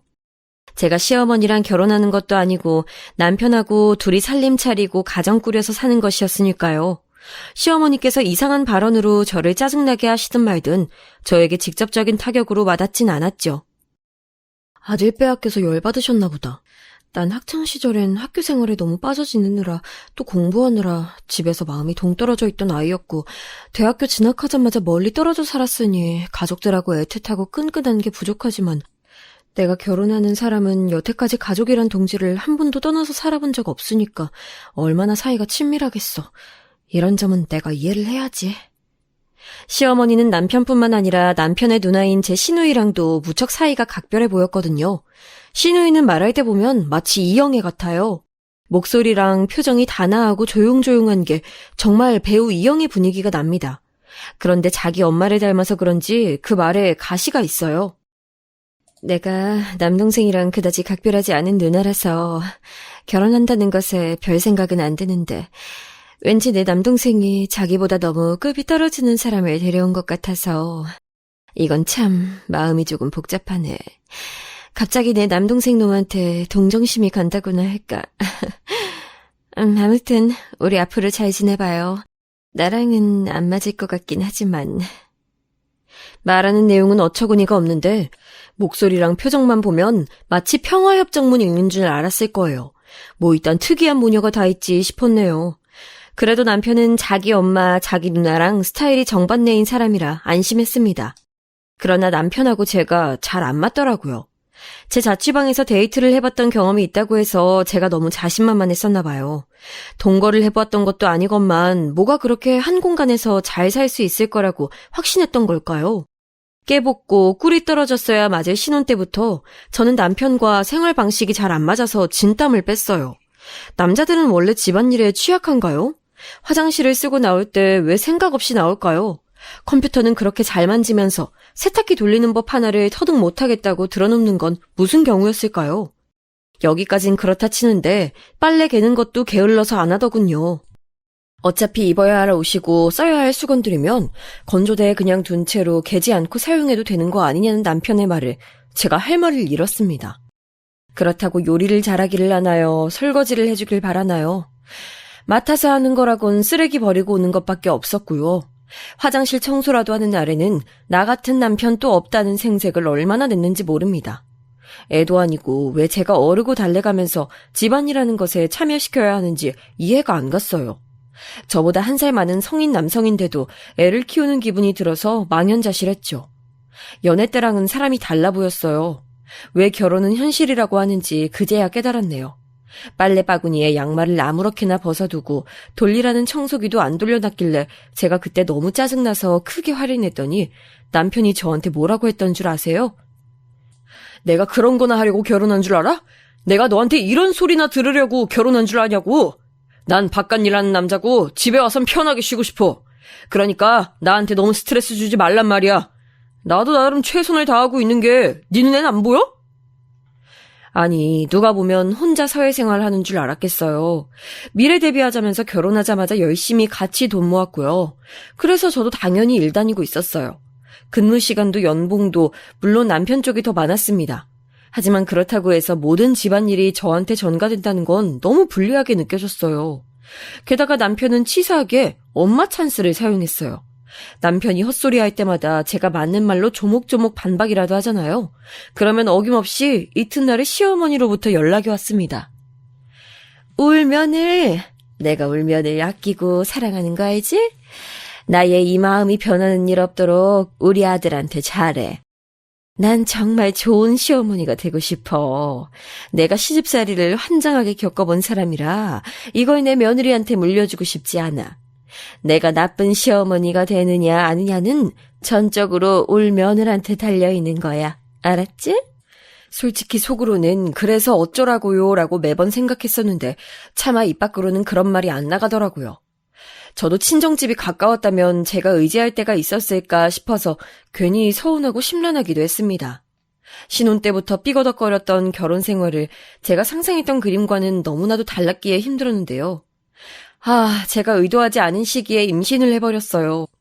결단코 그렇게 빠른 임신을 할 생각은 없었건만 아니랬던 제 잘못이겠죠. 저는 두고두고 생각했어요. 만약 그 시기에 임신이 안 됐다면 과연 내가 결혼 생활을 계속했을까? 그런 가정을 해봤을 때 회의적인 결론이 나왔어요. 임신이 아니었다면 전 어쩌면 이른 이혼을 했을지도 몰라요. 그러나 물은 엎질러져 있었고 제 뱃속의 생명은 나날이 자라나고 있었죠. 옳게 아이는 늦게 가질 거라고 아직은 생각 없다고 그렇게 강조에 강조를 거듭하더니 덜컥 애를 가져버렸구나. 우리 엄마 말씀이 딱 맞는 것 같아. 옳게는 전형적인 부뚜막에 올라가는 얌전한 고양이라 그러셨거든. 우리 엄마 사람 정확히 보셨지? 나야말로 결혼생활 느긋하게 즐기고 임신은 천천히 하는 사람이고 내 말은 내가 지키는 사람이라 올케가 덜컥 임신한 거 보니까 내 조카가 생긴다니 기쁜 마음 반, 올케가 가짠고 우스운 마음 반 이런 것 같아. 아무튼 임신 축하해. 순산까지 파이팅이야? 저한테 조곤조곤하게 짓거렸던 시누이, 지금 생각하니까 이거 완전 또라이 아닌가요? 갑작스럽게 임신해서 놀란 건 당연하고 입덧 때문에 안색 파리한 사람 앞에서 굳이 저런 식으로 말을 했어야 할 건 뭔가요? 은은한 미소를 지으면서 제 속을 잘도 뒤집어놨죠. 저는 학교도 다 공학으로 나왔고 대학도 전공이 남자가 많았던 데다가 회사에서도 부서에 남자가 더 많았기 때문에 여자들만의 그 미묘한 돌려서 헐뜯기라고 해야 하나요? 그런 기류에 미숙했어요. 시어머니나 시누이는 그런 것에 도 같아서 사람을 살살 약올리고 상처내는 것에 능숙한 종자들이었지만 저는 그러지 못했죠. 상대방은 차분히 조용히 말하고 있는데 거기에 대고 화를 내면 왠지 저만 이상한 사람이 될 것 같은 분위기가 항상 있었거든요. 그래서 저는 잔뜩 화만 나서는 그냥 혼자 씩씩거리는 게 다였어요. 답답한 등신이었네요. 제가 아들을 임신했다는 게 밝혀지고 나서는 시어머니께서 저한테 좀 잘해주셨던 것 같아요. 저를 예뻐해주셨다는 의미는 아니고요. 반찬 보내주시고 산부인과 진료 다녀왔냐고 꼬박꼬박 체크해주신 게 다였네요. 저보단 제 뱃속 생명이 중요하셨겠죠. 저를 살살 돌려가시는 모습만 보다가 저를 좀 챙겨주시는 것 같으니까 제 마음이 또 팔랑거렸어요. 임신 막달 가까워서 회사에 휴직 깨내고 집안일 하다가 배가 뭉쳐서 제가 쓰러졌거든요. 그때 시어머니께서 남편한테 화를 내셨어요. 물걸레질 진작에 네가 안 하고 왜 만삭 임산부가 하게 됐냐면서요. 초라하게도 저는 그런 시어머니의 모습에 감동했었네요. 저는 고작 그런 정도의 제 편을 들어주는 모습에도 마음이 풀려버리는 사람이었던 거예요. 애초에 제가 이런 사람이었으니까 제 외로움을 달래줬던 남편을 철석같이 믿으면서 결혼했던 거겠죠. 하지만 그 믿음의 대가는 배신으로 돌아왔어요. 아기 낳고 정신없이 육아하던 와중에 남편의 바람 사실을 알게 됐죠. 새벽에 아기가 자다 말고 깨서 엄청나게 우는 거예요. 그날따라 제가 몸살 기운이 있어서 너무 피곤한 나머지 자고 있던 남편을 흔들어서 아기 좀 봐달라고 했어요. 남편이나 저나 똑같이 귀가 달려있는데 아기 우는 소리는 희한하게 저만 잘 듣더군요. 남편은 새벽에 아기가 울든 말든 신경 안 쓰고 잘 자는 사람이었어요. 늘 제가 아기를 달래줬으나 그날따라 컨디션이 너무 안 좋았거든요. 그래서 이번 딱 한 번만 아기 좀 봐달라고 간절히 말을 했는데 눈을 뜬 남편이 어떻게 했던 줄 아시나요? 확 짜증을 냈어요. 애 돌보는 건 네 몫이 아니었냐고. 그러니까 네가 해야 하는 거 아니냐고. 왜 애먼 사람을 깨우냐고. 욕까지 중얼거리면서 베개 챙겨서는 거실로 나가더군요. 저는 깨질 것 같은 머리를 부여잡고 아기 침대로 가서 울고 있는 아기를 안고 힘겹게 달랬어요. 너무 서러워서 울고 싶은 기분이었는데 눈물도 안 나고 그냥 몸에 힘이 안 들어가더라고요. 그때 남편의 휴대폰이 진동하기 시작했어요. 그 새벽에 누가 남편한테 연락을 했더라고요. 이 시간에 과연 누굴까 싶어서 휴대폰을 확인했죠. 그냥 남자 이름으로 저장된 사람한테서 전화가 오고 있었는데 이상한 촉이 들어서 저도 모르게 통화 버튼을 눌러버렸어요. 그러자 단박에 술에 취해 혀가 꼬인 발음으로 웬 여자가 자기야, 자고 있었어? 이렇게 말을 하더군요. 간만에 취할 때까지 술을 마셨더니 자기가 생각나서 목소리 듣고 싶어서 전화했다는 그 여자는 정확히 남편의 이름을 부르기도 했습니다. 갑자기 아기를 안고 있는 제 신세가 미친 듯이 처량하게 느껴지면서 몸살 기운이고 뭐고 다 잊어버렸어요. 바로 거실로 달려나가서 소파 위에서 자고 있던 남편한테 휴대폰 집어던지고 난리 쳤습니다. 저보고 미쳤냐고 묻던 남편은 주워든 자기 휴대폰을 확인하곤 낯빛이 창백해졌죠. 변명할 거 있으면 해보라고 그랬어요. 그때 남편이랑 미친놈은 정말 변명을 했었는데 그 내용이 정말 가관이었어요. 원래 남자들은 다 그래. 와이프가 임신해서 예민해져 있으면 밖으로 나돌게 될 수밖에 없어. 남자가 원래 그렇다니까. 나도 그냥 일반적인 남자였을 뿐이야. 그 여자랑은 진지한 관계 아니었고 너무 심심해서 잠깐 만나봤어. 그 개소리를 듣고 제가 얼마나 후회를 했던 줄 몰라요. 왜 이딴 남자의 아이를 낳아줬을까 후회가 막심했습니다. 아무것도 모르고 방긋 웃음 짓는 아기를 보면 억장이 무너졌죠. 이 어린 생명에게서 아빠란 존재를 제가 빼앗긴 미안하단 생각이 좀 들었고 남편 없이 혼자 아이를 키우는 건 힘들겠다는 생각도 했었죠. 그래서 남편이 제 앞에서 무릎을 꿇고 빌었을 때 못 이긴 척 넘어가주고 말았어요. 제가 보는 앞에서 그 여자의 번호며 주고받았던 모든 내역도 다 삭제하더군요. 저한테 충성하면서 살겠다고 한 번만 봐달라고 하는 남편의 간청에 고개를 끄덕이고 말았죠. 제품의 자식을 위해서 섣불리 감정적으로 남편을 내치는 선택을 하면 안 될 것도 같았고요. 제가 직접적으로 표현하진 않았지만 남편이 부정을 저질렀음을 은유적으로 시어머니께 털어놨었어요. 그렇게 해야 당신의 아들이 내게 죄를 지었고 나는 그걸 한번 용서해줬다는 걸 남길 수 있을 것 같았거든요. 시어머니께서 저를 너무 얕잡아 보시는 그 태도에도 변화가 생기셨으면 하고 바랐고요. 하지만 제가 등신이었어요. 시어머니께서는 모르는 척을 하시며 남편의 만행을 덮으셨고 저에게 육아는 물론이고 남편 내조를 꼼꼼하게 잘해야 한다면서 잔소리만 더욱 늘어놓으셨어요. 부부가 함께 살다 보면 이런 일 저런 일 다 있는 법이고 서로의 치부 하나씩은 주고받게 되는데 초장부터 너그럽지 못한 처사를 보이진 않을 거라고 믿는다. 오라들한테 삐친 거 있다고 밥상 제대로 안 차려내는 건 아니겠지? 오라들은 옛날부터 밥심으로 움직이는 애라서 늘 든든하게 먹어야 돼. 허투루 내조하는 건 아닌지 내가 지켜볼 거야. 정내미가 뚝 떨어지고도 남을 일이었죠. 저한텐 빈말로나마 저 걱정하는 말씀은 한 번도 안 해주셨던 게 시어머니셨죠. 은근하게 사람 목을 조여오는 시어머니도 사람 약 올리는 것도 아니고 쓸데없는 소리만 늘어놓는 시누이도 전부 다 지긋지긋했죠. 시간이 갈수록 그건 더 그렇게 됐어요. 남편을 향한 신뢰 따위는 진작에 놓아버린 부부관계였고 사이에 있는 아들의 존재 하나만 의지해서 결혼 생활을 이어갔습니다. 그렇게 살다 보니까 그런 일상이 또 금세 익숙해지더군요. 계속 이런 식으로 살아가는 인생도 나쁘지는 않겠다는 생각이 들 무렵이었어요. 남편이 사람은 변하지 않는다라는 법칙을 저에게 일깨워주고 싶었던 모양인지 또다시 바람을 피웠고 저한테 그걸 걸렸습니다. 예전엔 연상녀였던 것으로 아는데 이번엔 나이가 훨씬 어린 연하더군요. 가리지 않고 만나는 짐승 같아서 역겨웠고 우스웠어요. 연애 기간 동안에 장거리 만남을 이어간 적도 있었는데요. 가만히 생각해보니까 어쩌면 그 기간 동안 남편이 다른 여자랑 바람이 났었을 수도 있겠다 싶더군요. 바람은 정신병이라고 하던데 이런 사람이 결혼 후에만 바람을 피웠다기보단 애초에 바람기가 강한 사람이었다고 보는 게 더 정확도가 높겠죠. 원래부터 그런 사람이었고 연애 기간 동안 눈치채지 못한 제가 등신이었던 거예요. 습관적으로 바람 피우는 사람을 두고서는 결혼할 만큼 신뢰가 강한 사람이라고 믿으며 아이까지 낳았다니 제가 얼마나 순진했었나를 생각하면 기분이 씁쓸합니다. 더욱 비참했던 것은 남편이 자기 바람을 저한테 들키자 고민하는 모습을 보여줬다는 거예요. 그러니까 잘못했다고 당장 헤어지겠다고 저한테 비는 게 아니라 그 여자랑 정리해야 한다는 상황에 닥쳤다는 것에 난감해했다는 것이죠. 그 정도로 그 여자랑 아주 잘 만나고 있었나 봐요. 제가 그 모습에 너무 기가 막혀서 너는 네 자식 생각도 안 하냐고, 아이 보기 부끄럽지 않느냐고 미친 듯이 화를 냈어요. 그랬더니 남편이 자기도 아이를 사랑한대요.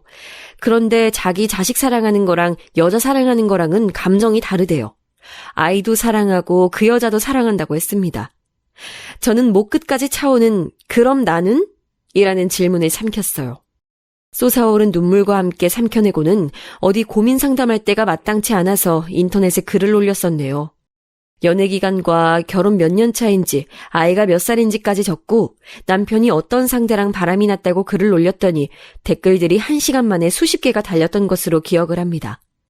어떻게 제가 반응을 해야 좋을지 그 댓글들을 보면서 참고했어요. 그런데 놀랍게도 이혼하지 말라는 여론이 컸답니다. 제가 생각지 못한 방향이었기에 그 의견들을 정독했었어요. 이혼하지 말라는 의견의 주된 요지는 이러했죠. 어차피 이혼해줘봤자 그 년놈들한테만 좋은 일이 될 거래요. 아이 데리고 제가 물러나면 그 년놈들만 행복하게 재혼해서 새 인생 살 거라고 하더군요. 남편은 돈 벌어다 주는 기계 취급하고 아이 키우면서 사는 게 낫다고들 저한테 의견을 줬어요. 가만히 보니까 그게 맞는 말 같더라고요. 제가 누구 좋으라고 단박에 이혼을 해주나요? 제가 남편 앉혀놓고 이렇게 말했어요. 그년이랑 어디 지지고 볶고 잘해봐. 그럴수록 네가 유책 배우자라는 증거만 쌓여갈 테니까. 그리고 이혼은 내가 하고 싶을 때 내가 원하면 하는 거야. 너한텐 선택권 없어. 그러자 남편이 몹시 당황하더군요.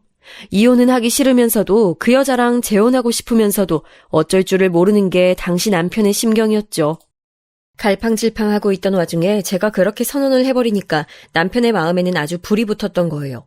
사람 심리라는 게 참 이상한 거라서 금기가 너무 달콤해 보인다잖아요. 그런 원리였네요. 제가 대놓고 너희는 결혼 못해 라고 말을 한 셈이었으니 갑자기 남편은 그 여자랑 더 애절해졌던 것이죠. 참고로 그 여자는 사회초년생이었는데요. 집이 가난한 것 같았어요. 그 여자가 집안의 가장이라고 했거든요. 불우한 집구석을 지닌 사람이니까 제 남편 같은 남자한테도 설렜던 것이겠죠. 상대가 유부남이거나 말거나 그건 그 여자한테 중요하지 않았나 봐요. 제가 딱 한 차례 그 여자랑 짧게 통화한 적이 있었어요. 직접 물어봤었죠. 내 남편을 많이 사랑하냐고요. 내가 남편이랑 헤어지면 그쪽이 내 남편과 바로 결혼이라도 할 거냐고요. 그랬더니 그 여자가 떨리는 목소리로 이혼해 주실 수 있나요? 이렇게 대답했었어요. 유유상종이라더니만 진짜 수치를 모르는 남편과 어울리는 철면피였어요. 저는 대답할 의무 없으니까 대답 안 해줬었고요. 가뜩이나 머리 아픈 와중에 큰일이 생겼는데 그건 바로 제 친정엄마의 암 재발 소식이었습니다. 아주 오래전에 암에 걸리셨다가 이겨내셨었고 완치 판정도 받았었거든요. 그런데 세월이 흘러서 다시 암 때문에 고생하게 되실 줄은 몰랐어요. 친정엄마는 치료를 위해 상경하셨어요. 저는 친정 식구들에게 가까이에 있는 제가 엄마를 들여다보며 병원에 붙어있겠다고 했습니다. 그렇게나마 오래 떨어져 산 세월을 만회하고 싶었는지도 모르겠어요. 우리나라에서 손꼽히는 의료기술을 가진 대형 병원인데 그곳에서 그러더라고요. 보호자분들께서 각오를 하셔야 될 것 같다고요. 그게 무슨 뜻인지 바로 알아들을 수 있었죠. 그럼에도 친정 식구들은 하는 데까지 다 해보고 싶다 그랬어요. 저 또한 동의를 했고요. 신락 같은 희망을 붙잡으며 친정엄마의 수명이 하루라도 더 연장될 수 있길 바라며 그렇게 투병이 이어졌어요. 그러는 동안에 제 남편은 자기 장모가 생과 사를 오가는 신세가 되었다는 것도 신경 안 쓰고 그 여자랑 행복하게 놀아놨습니다. 저는요, 솔직히 제 친정엄마 소식 듣고 나서 남편이 깜짝 놀라면서 저를 얼른 위로해 주길래 살짝 기대도 했었어요. 남편이 지금 내가 이럴 때가 아니구나 하면서 정신을 차릴 줄 알았어요. 그 여자 따윈 버리고 사랑 노름인지 하는 거 저버리고 저와 아이에게 다시 온전히 와줄 거라 여겼던 것 같아요. 하지만 오히려 그 틈을 타서 남편은 제대로 자유를 만끽했죠. 나머지 시댁 식구들도 마찬가지였어요. 시어머니께서는 친정엄마 간병에 열을 올리고 있는 저를 힐난하셨습니다. 지 엄마만 챙길 줄 아네. 어차피 가망도 없다면서 왜 저렇게 용을 써? 애는 우리가 보겠다니깐 그것도 거절하고. 하여간 마음에 안 들어. 우리 아들 밥은 잘 차려주나 몰라. 저 들으랍시고 그 나긋한 목소리로 말씀하셨을 때 피가 거꾸로 솟기도 했지만 입에서는 허탈한 미소가 지어졌네요. 그놈의 우리 아들 밥상 타령은 결혼 직후부터 내내 들어왔으니까요. 자기 아들 밥 잘 먹는지 아닌지는 왜 그렇게 관심 가지고 따져대셨을까요? 결혼해서 애까지 본 자기 아들을 여태까지 치마폭에 싸고 도는 시어머니, 정말 비정상적이라고 생각했어요. 다만 한 가지 동정심이라는 게 시어머니를 향해 발동이 되었다면 그건 그분이 지독한 시집살이에 시달려온 분이시라는 걸 들었기 때문인 것 같네요.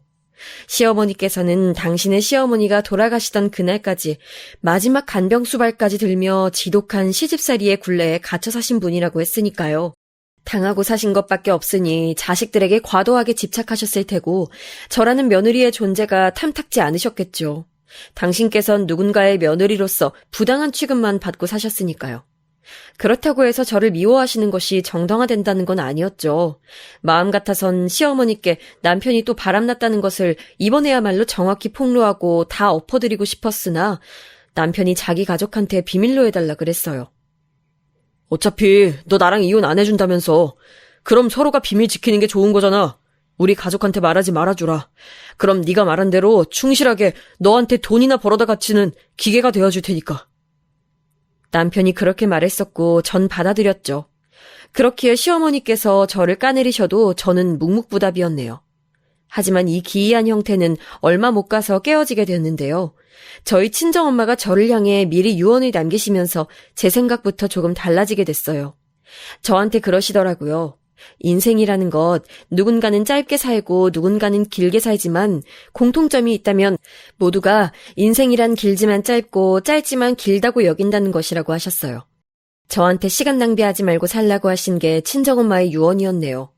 남 눈치 보지 말라고, 세상은 넓다고, 가짜 행복이 아니라 진짜 가치를 찾아서 의미 있는 시간을 보내며 살라는 말씀과 함께 제 손을 꼭 잡아주셨는데 그게 제 심장을 두드렸어요.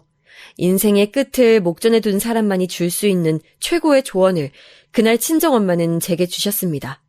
더 고민하긴 했으나 저는 결국 남편과 이혼하기로 마음을 정했어요. 그 여자랑 알콩달콩 지내는 게 역겹긴 했지만 그것이 시샘이나 질투가 아니란 것에서 저는 이미 남편에게 사랑이란 것이 사라진 지 오래였고요. 남편하고 한 집에서 그것도 아이와 함께 계속해서 숨쉬며 살아가는 게 어느 순간부터는 고역이라 느껴질 것 같아서 이혼하는 게 저한텐 낫겠구나 싶었습니다. 한 번도 바람피지 않는 사람은 있을지언정 한 번만 바람피는 놈은 없다고 하던데 남편이 그 꼴이었거든요. 그 여자가 최종 정착지라고 생각하지 않았어요. 그 다음 또 그 다음의 다음도 있다면, 그리고 그걸 제 아이가 알게 된다면 얼마나 끔찍한 상황이 벌어질까 싶어서 두려웠네요. 또한 이혼을 굳게 다짐하고 나서 제가 본격적으로 알아본 게 있었어요. 남편의 수입, 그 돈이 얼만지 어떻게 썼는지 알아야겠다 싶었죠. 남편의 공인인증서를 몰래 챙겨다가 인터넷 뱅킹 접속해서 내역을 다 봤습니다. 혹시나 했는데 역시나 저를 속이고 있었더군요. 저랑 아이에게 돈을 더 주기 싫어서 숫자를 속이면서 겉으로는 자기가 번 돈의 상당 부분을 다 주는 것처럼 꾸며왔던 것이었어요. 더 이상 재고할 것도 없었죠. 제가 이혼을 하자고 그랬더니 남편이 코웃음을 쳤습니다. 이제 와서 갑자기 왜 이혼을 입에 올리면서 저한테 센 척하지 말라고 하더군요. 그래서 제가 진짜로 세게 나가줬죠. 조용히 마무리 짓자. 우리끼리. 그게 네가 원하는 거 아니야? 네 식구들한테 네 추잡한 불륜 증거들 내가 안 뿌리는 거 나의 마지막 자비로 알아. 네가 철저히 의린 상황이니까 깝치지 말란 소리야. 알아들어? 조용하지만 강하게 말해줬더니 남편이 화가 나서는 어쩔 줄 몰라 했지. 그래봤자 저한테 대항할 수 있는 건 아무것도 없었지만요. 저한테 기껏 한다는 소리가 후회 안 할 자신 있냐는 개소리였답니다. 후회라뇨? 남편이랑 놈은 바람을 피우는 쓰레기였던 걸로 부족해서 집안일에는 손 하나 까딱 안 했고요. 그뿐인가요? 자기가 어질러 놓고선 그걸 치우는 꼬라지를 한 번도 못 봤어요. 연애하던 시절엔 빠릿빠릿한 모습을 보여줬었는데 그거 다 연기였었나 보더라고요. 쓰레기를 집안 아무데나 던져놓고 양말도 휙 집어 던져놓고 그렇다고 자기 애를 돌봐주길 하나요? 그 무엇 하나 안 하던 인간이었습니다. 그런데 저한테 먼저 후회를 운운한 게 우스웠죠. 남편이 너무 새삼스레 괘씸했고요. 이혼 소송 시작했네요. 협의 이혼으로 가는 것과는 방식이 아주 다르거든요. 협의 이혼은 재산 분할에 대한 세세한 명기가 안 되어 있는 셈이에요. 그런데 소송으로 가면 조정 절차부터 밟는데 재산을 어떻게 분할할 것인지, 양육비는 매달 얼마로 할 것인지, 아이에 대한 면접교섭은 어디서 언제 어떻게 이뤄지는지 같은 것들을 정할 수 있죠. 즉시 법적인 효력을 가지게 돼요. 자기 애한테도 헌신적이지 않았던 놈인데 그런 남편 놈이 저랑 이혼하고 나서 양육비를 제대로 지급하지 않을 가능성도 있잖아요. 이럴 경우를 대비해서 그렇게 되면 법적인 절차를 밟을 수 있도록 협의가 아닌 소송 이혼으로 제가 가고자 했던 거예요.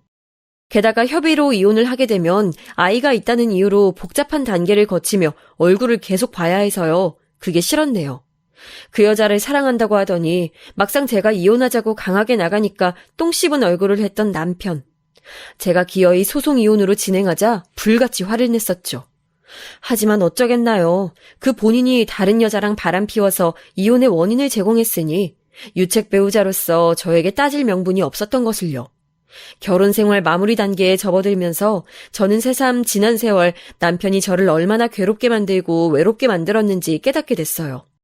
저에게 남은 것은 오로지 아이뿐이었고 제 가슴은 텅 비어 있었죠. 영혼 없는 인형처럼 사는 결혼 생활을 더 이어가지 않기로 한 게 다행인 선택이었어요. 그런 선택을 더 지체하지 않고 내릴 수 있도록 해준 친정엄마에게 진심으로 감사했어요. 친정엄마는 어느 날 이른 아침에 당신의 가족들이 지켜보는 앞에서 조용히 떠나셨습니다.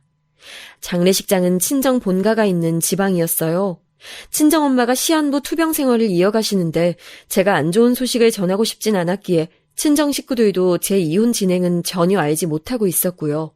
다만 제가 화목한 결혼 생활을 하고 있지 않다는 건 모두가 알았기에 남편놈이 장례식장에 나타났을 때 다들 떨떠름한 기색을 감추지 않더군요. 자기가 환영받지 못하는 존재라는 것에 캥기기라도 했는지 남편이 저한테 다가와서는 일 때문에 금방 올라가 봐야 한다고 했습니다. 아무리 평일이었다고는 해도 회사 일이 정말로 바빴을지언정 자기 장모상인데 진짜 끝까지 정 털리게 하는 놈이었어요. 저는 미련 없이 보내줬고요. 친정엄마 가시는 마지막 길을 지켜보러 온 조문객이 또 있었으니 바로 시어머니셨습니다. 비통함에 잠긴 표정으로 장례식장에 등장하셔서 일순간 좋은 쪽으로 울컥했었어요. 시어머니라는 존재 자체가 저에게는 스트레스였을 정도로 분명히 좋은 고부관계는 아니었다지만 조의를 표하는 것에서만큼은 그런 것 따위는 다 상관이 없구나 싶은 생각이 들어서였죠. 감사한 마음으로 시어머니를 맞이했습니다. 혼자 오셨는데요. 굳이 제가 여쭙지 않은 부분까지 말씀을 해주시더라고요. 시누이도 같이 오고 싶어 했지만 임신 중이라서 오지 못했다는 이야기였답니다. 제가 내심 놀랐죠. 시누이가 임신한 줄 몰랐거든요. 제 놀란 표정을 보시고는 시누이가 임신한 지 이제 4개월 정도 됐다고 시어머니께서 알려주셨어요. 뱃속에 아기가 있으니 장례식장같이 부정 타는 곳은 올 수 없었다고도 덧붙여 주셨고요. 솔직히 시누이의 조문 따위는 기대한 적도 없었고 따라서 여쭤본 적도 없었건만 굳이 왜 그렇게 알려주시면서 사람 기분 나쁘게 만드신 건지 모르겠네요. 시어머니를 오래 상대하면 피곤해질 것 같아서 적당히 자리나 안내해드렸어요. 오신 김에 식사나 하시라고 했죠. 저는 아주 오랜만에 뵙게 된 먼 친척분이 조문을 오셨길래 그분과 대화를 나누다가 친정엄마의 옛 추억이 생각나서 한참을 눈물 지었어요. 눈물 닦고 감정 갈무리하고 돌아섰는데 시어머니께서 여전히 제가 안내해드린 테이블 중간 자리에 앉아서 저를 빤히 보고 계신 거예요. 눈이 마주쳤는데 안 가볼 수가 없어서 슬쩍 걸음을 옮겨봤죠. 어머님, 아직 여기 계셨어요? 저는 이제 가셨을 줄로 알았는데요. 여기서 출발 시간 더 늦어지시면 깜깜한 때에나 댁에 도착하실 수도 있어요. 내가 너한테 할 말이 있어서 계속 기다렸는데 네가 얼굴을 안 비췄잖니. 내가 다름이 아니고 긴밀하게 할 얘기가 좀 있는데 여기에 잠깐 앉아보련?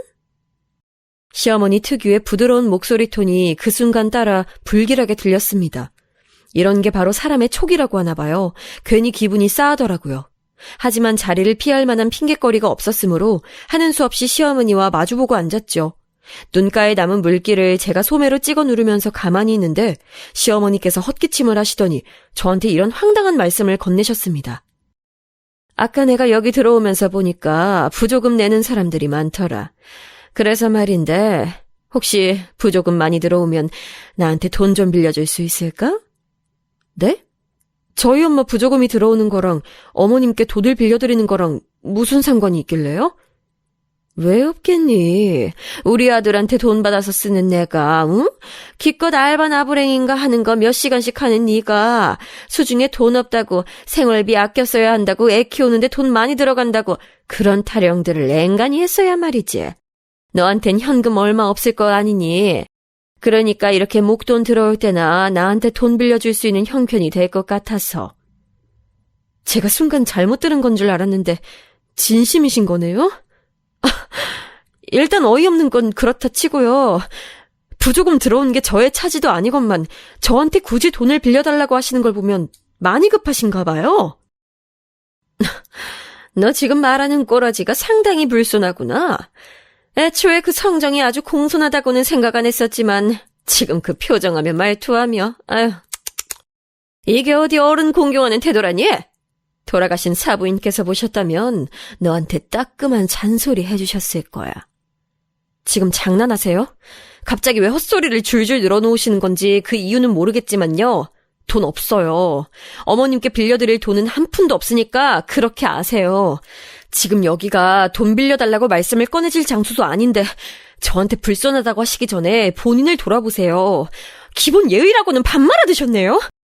방금 드신 육개장하고 같이 드셔서 없애버리셨나 봐요? 뭐야? 이것 봐라. 돈 좀 빌려달라고 했기로서니 기분 나빠하면서 아주 본색을 확 드러내? 이 싸가지 없는 년이. 너 우리 아들하고 이혼할래? 이혼당하고 싶어서 발악이라도 하는 거야? 어머님이야말로 본색을 드러내시는 것처럼 보이는데요. 목소리만 고상하게 내시고 항상 가시돋친 비꼬는 말, 폭언만 하실 줄 아시는 분이잖아요. 그런데 지금은 목소리도 날카롭게 찢어지시는 것 같네요. 이쪽이 더 어울려요. 아, 그리고 이혼이요. 그거 염려 안 하셔도 되는데요? 아이가 있으니 이혼 안 당할 것 같아서 그러는 거구나. 그런데 어떡하지? 우리 아들은 효자라서 내가 이혼하라고 그러면 정말 이혼할지도 모르는데? 아, 글쎄, 바로 그 네 아들하고 내가 지금 이혼 소송 중이라고. 그딴 협박 안 해도 어차피 이혼 절차 밟고 있다고요! 제가 감정이 격해져서 소리를 지르고 말았고 장례식장에는 찬물을 끼얹은 듯 고요한 정막이 감돌았어요.